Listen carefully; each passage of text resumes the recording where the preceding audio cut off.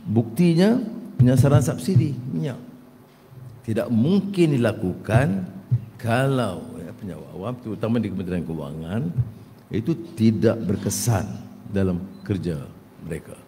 Jadi sebab itu saya nak ingatkan orang yang mendapat faedah ini juga harus tahu bahawa ini hasil daripada tata kelola yang baik, hasil dari pengorbanan pegawai di semua peringkat, hasil mereka bersama tentunya sektor swasta dan lain profesional, tetapi hasil inilah menyebabkan kita berani membuat sesuatu yang unik. Sudah baca Google atau ChatGPT tanya mana negara yang menurunkan minyak, itu tidak ada.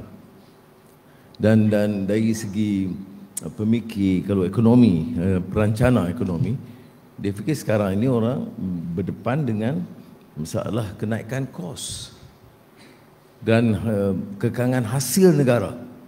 Jadi tak boleh turunkan harga yang menyebabkan pendapatan negara itu terjejas. Tapi kita lakukan kerana kita dengar masalah rakyat.